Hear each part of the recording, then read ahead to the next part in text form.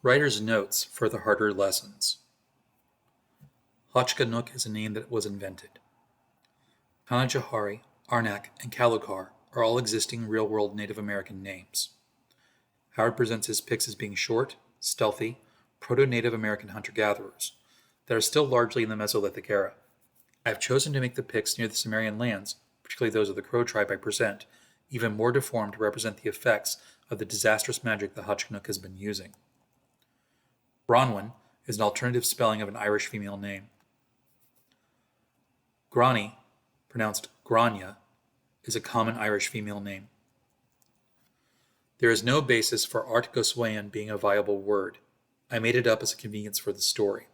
However, the idea of the hidden folk/hidden wives and the Asshi do appear in Celtic and Scandinavian mythology.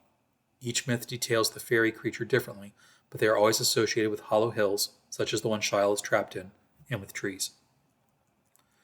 Jebel Sag is a composite animal deity, and the sign of Jebel Sag are inventions of Howard that he writes in Beyond the Black River, and is well established in Hyborian lore. Jeel is a crow god of the Picts mentioned in passing, and is also an invention of Howard's. Shiel's name is a play on words of the ancient Irish Celtic deity Sheila na gig, a female fertility deity that is often shown with exaggerated labia being held open between her spread legs. Gesa is an old Irish word. It is a binding vow that restricts a person from some action, not unlike the concept of a taboo. However, unlike a taboo, breaking one's gesi is considered to have the same severity as breaking one's oath. In the ancient culture of the Celts and the Northmen, from which Howard drew his Sumerians, breaking one's oath can never be forgiven, and the gods themselves take notice.